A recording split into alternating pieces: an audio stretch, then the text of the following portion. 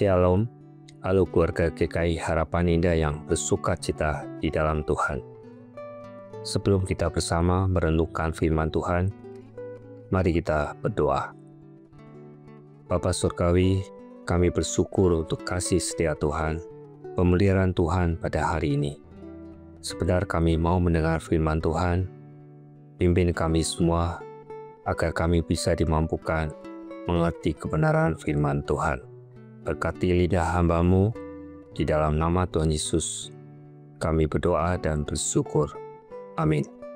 Renungan bulan keluarga hari ini didasarkan pada surat Efesus pasal yang kelima, ayat yang ke-25.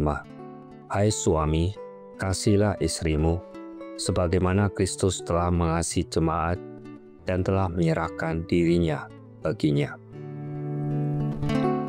Dalam bagian Efesus pasal 5 ini, Paulus membawa kita masuk kepada satu relasi yang penting dan intim.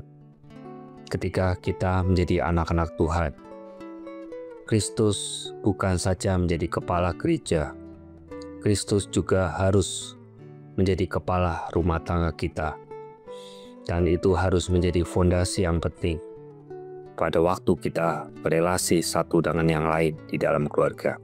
Paulus mengajarkan kepada kita, kasih Kristus ini bukan hanya perasaan, tetapi juga tindakan nyata yang mencerminkan pengorbanan dan komitmen.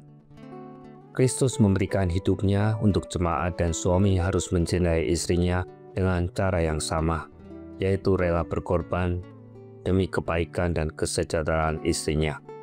Sebaliknya, istri menghormati suami berdasarkan karena hormat kepada Yesus Kristus, karena sikap Kristus yang walaupun dalam rupa Allah, tidak menganggap kesetaraan dengan Allah itu sebagai milik yang harus dipertahankan, melainkan telah mengosongkan dirinya sendiri dan mengambil rupa sebagai hamba dan menjadi sama dengan manusia.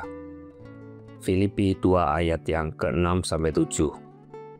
Seorang penyair Norwegia bernama Henrik Johan Ibsen pernah menulis, perkawinan tidak ada perkara lain yang menuntut begitu banyak dari seorang pria.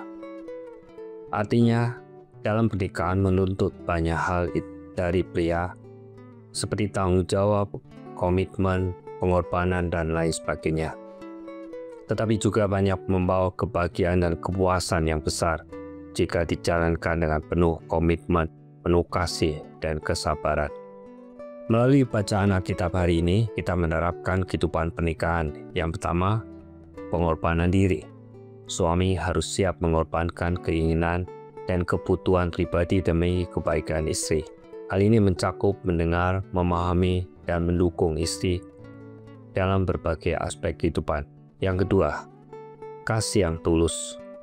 Kasih yang diberikan harus tulus dan tidak egois.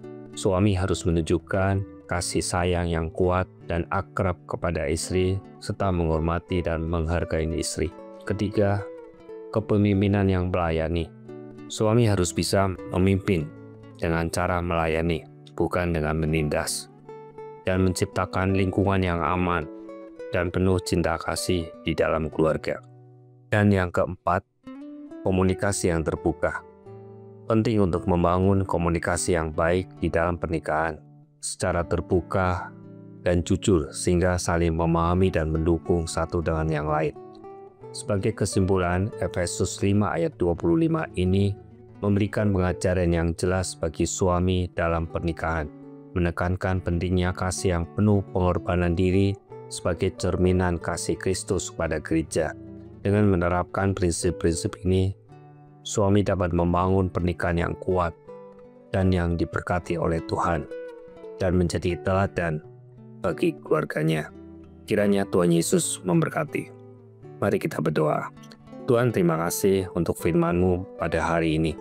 Biarlah kami masing-masing berkomitmen untuk mengikuti teladan Kristus yang menjadi kepala keluarga kami, yang mengorbankan nyawanya untuk jemaatnya. Dalam nama Tuhan Yesus, kami berdoa dan bersyukur. Amin.